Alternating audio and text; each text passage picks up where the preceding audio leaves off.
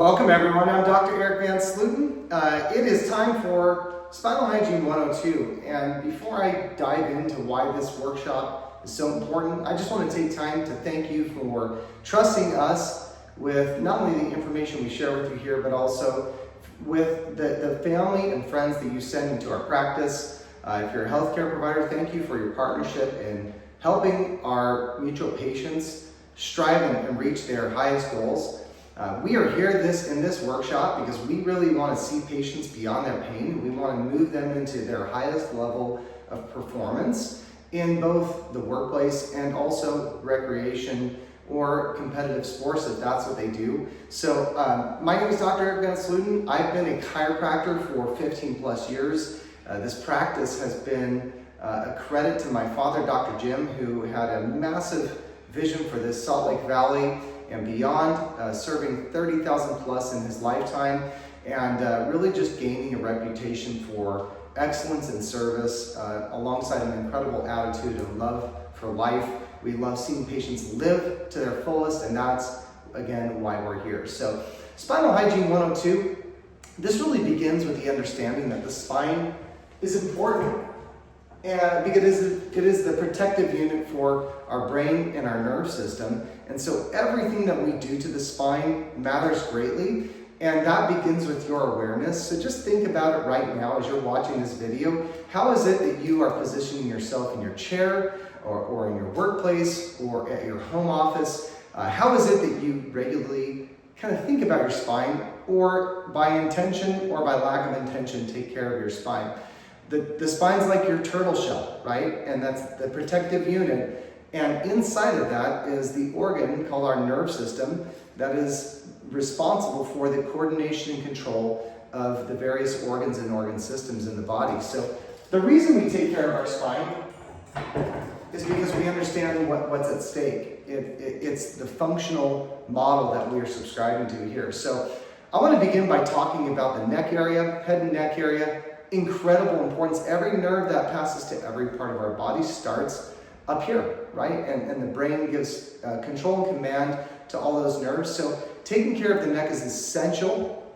It is important and essential. If you are not doing some type of meaningful extension traction at home, we want that curvature in your neck to be a curve of 40 to 60 degrees.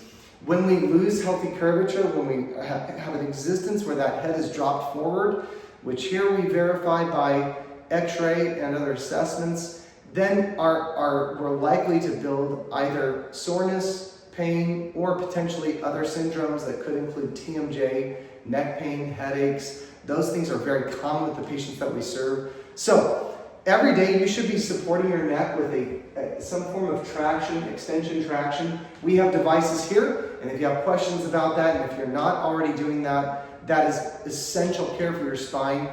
My recommendation is that at least that 7-minute mark, we know that when we're doing extension traction for 7+ minutes, that we are actually increasing the fundamental elasticity of those ligaments. We've seen that in research, and so we're having to talk more with you about that. But at the end of the day, your action point is at least 7 minutes of extension traction. And I would say, maybe you don't do it every day of the week, but 5 times a week is a great goal to have. If Monday to Friday are your routine days, have that foam device, that engineered foam device that supports that extension traction by your bedside, or where you're most likely to see it on a daily basis. Now, in addition to that, this is probably on our other videos, but you should be doing the neck curl, where we're tucking that chin and pushing into it, and stretching those suboccipital muscles. Those often get very tense. People experience a lot of suboccipital pain when they have forward head posture and other syndromes. It's a wonderful stretch. You can also do our gentle spinal twist, where you're turning your head and then turning your thoracic spine along with that. You turn the head first, you turn the spine along with that, and that is going to engage our interspinous ligaments throughout the neck. It's a fancy word, but basically it's just a really gentle stretch for your cervical spine. Other stretches I like, I'm going to drop this camera here so that we can actually go down to the very base. I think we can see this here. So I like stretches that engage the neck like this. So this is a yoga move. You can even go down further where you're on your elbows. You can't quite see my elbows here, but I'm just relaxing here and gently rotating my neck to the left and to the right.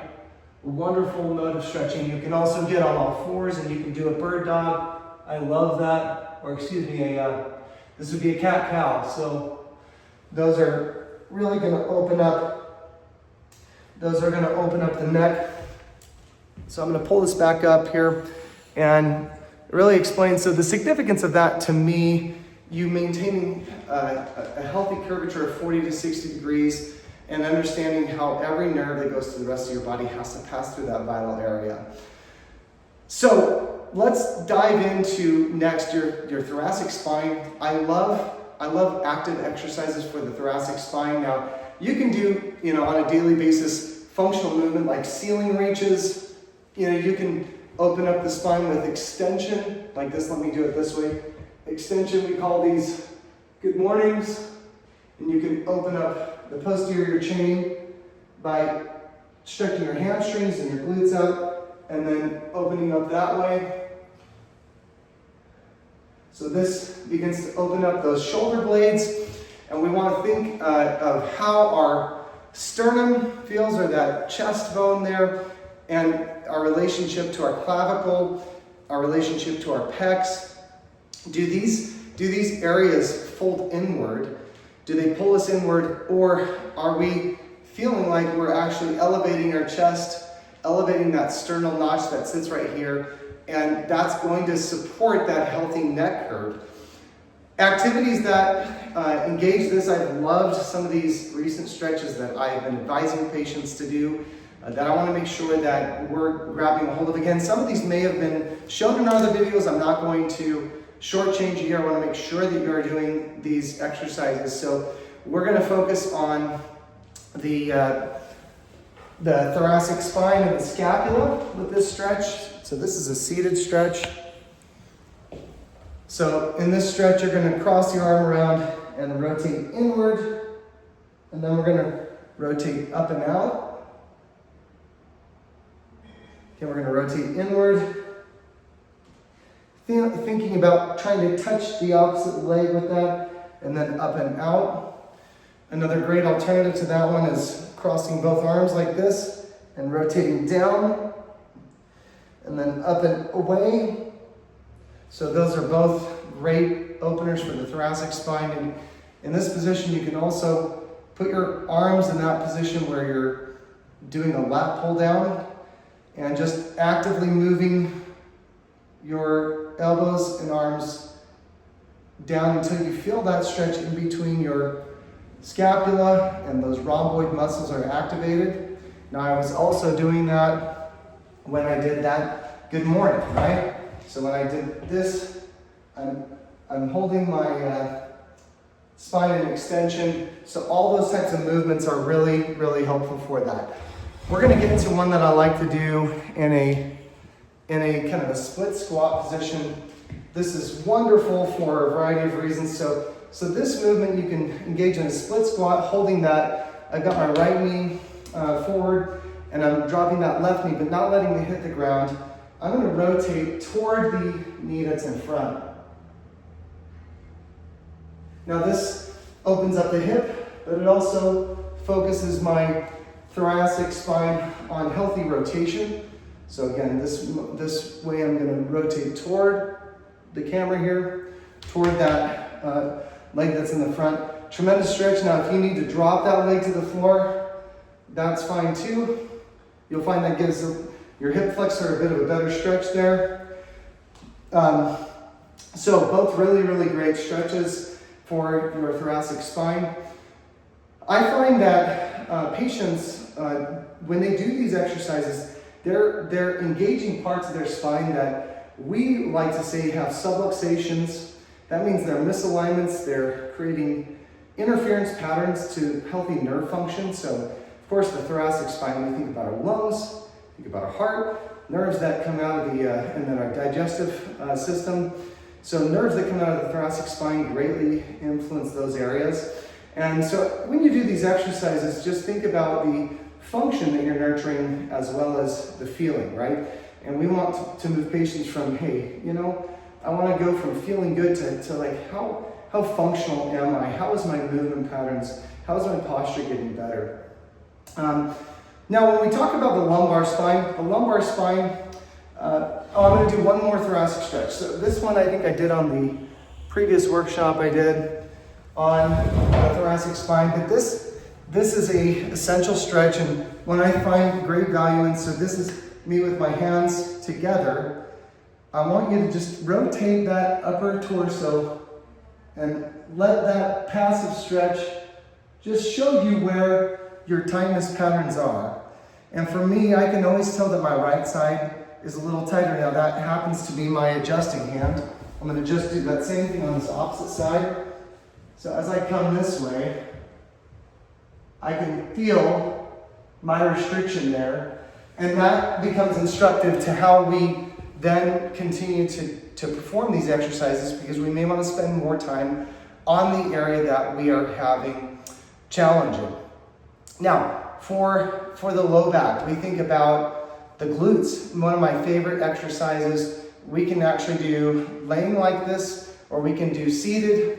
We can also do it dynamically, where we're just working on our balance, and that is our pigeon. So you can engage this by pulling your knee towards you. So that's a tremendous stretch. I can feel that. I can feel that in my IT band. I can feel that in the glutes.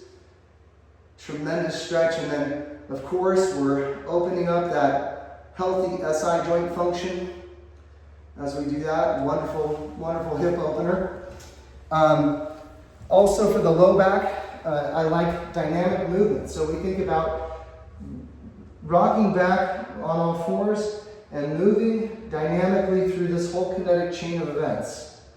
So that rocking movement, I know it seems mundane, but you doing things like this on a daily basis, especially if you struggle with more acute low back pain, you're going to find that movement really precedes a higher level of function, and that will then lead to other coordinative exercises. For example, when we think about how babies crawl and build their low back function, that movement also is going to show us where we need to be tight. My left hip and low back is really tight right there. So as I move in a crawl position, it's a coordinative action that we do as babies actually to build our spinal health, but that's also now showing me I'm getting my spine in a horizontal position, taking stress off of it. It's also showing me disturbance patterns or areas where I have limitations in my movement. So understand, once we figure those out, now I could take and I could do the world's greatest stretch there. I could move right here and open that up like this, extending my arm, and that's going to open that low back and that hip area. And I'm going to go ahead and do this on the other side because I love this stretch. Okay, we could also do that world's greatest in a slightly different manner. We're internally rotating and extending right here. Now I'm engaging that low back that I told you was tight when I'm doing this stretch. So you can see that my tendency is to try and anchor into my right side. So I'm going to work on that organic movement and see how that compares with my right side.